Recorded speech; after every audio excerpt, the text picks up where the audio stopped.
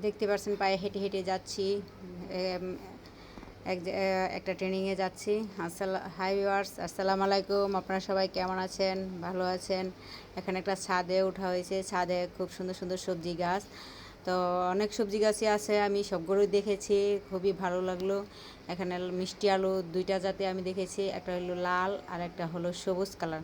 তবে দুটাই সবজি ভালো, তো যখন ছোটো মাছ দিয়ে রান্না করে সবই ভালো লাগে।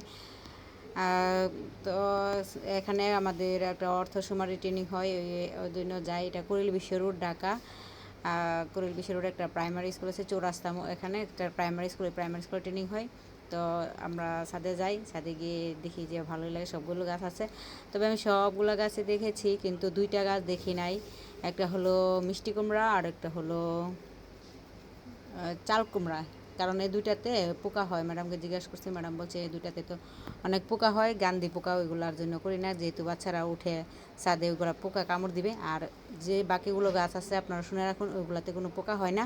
দন্দুল, জিঙ্গা, তারপরে কইডা, মেহেদি গাছ, সবই গাছ লাগাইছে। আপনাদেরকে এক এক করে দেখাবো, চলুন আমরা দেখি। এটা হলো করলা গাছ। করলা গাছে খুব সুন্দর করলা ধরেছে, এই যে করলা। তো আরও আরও দেখতে পাবেন।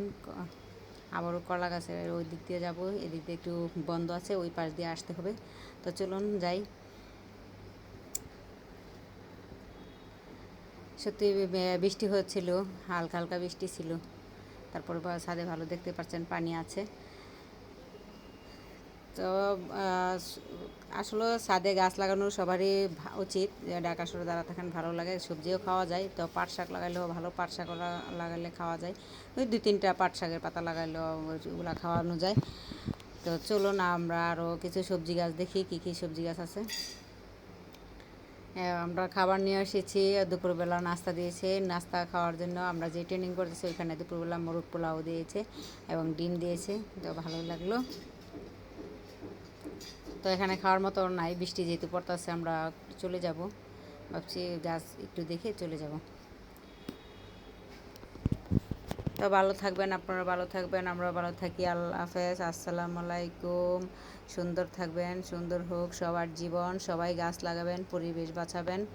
তো পরিবেশের জন্য গাছ সবচেয়ে উপকারী। আল্লাহ হাফেজ।